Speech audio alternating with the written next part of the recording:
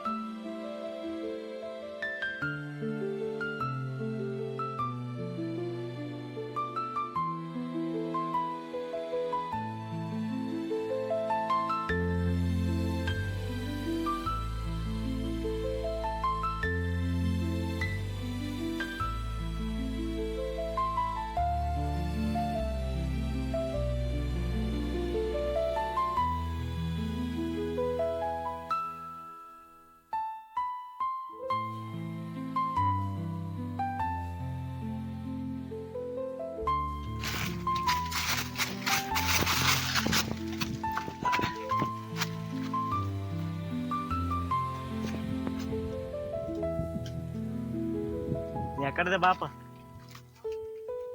ಚಾರ್ಲಿನೂ ಬಂದ ನೋಡ.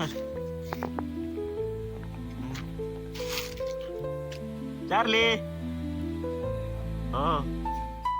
ಬಾ ಬಾ ಚಾರ್ಲಿ, ಬಾ.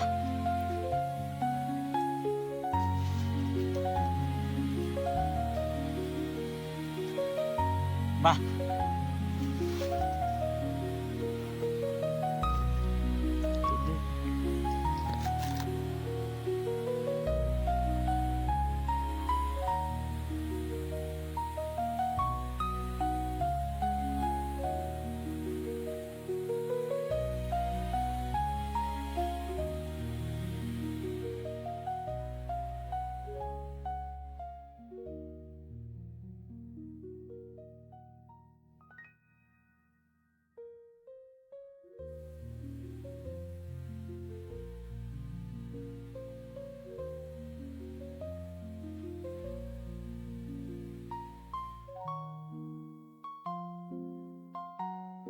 ಸ್ನೇಹಿತರೆ, ಎಲ್ಲಿ ಇಲ್ಲ ಸಿಂಬಾನ ನಾಯಿ.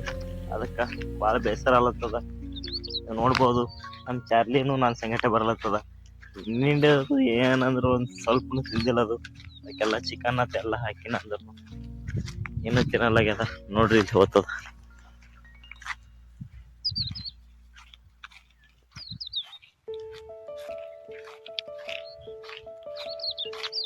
ನಡಿ ಬಾ, ಮನೆಗೆ ಹೋಗ್ ನಡಿ, ಬಾ.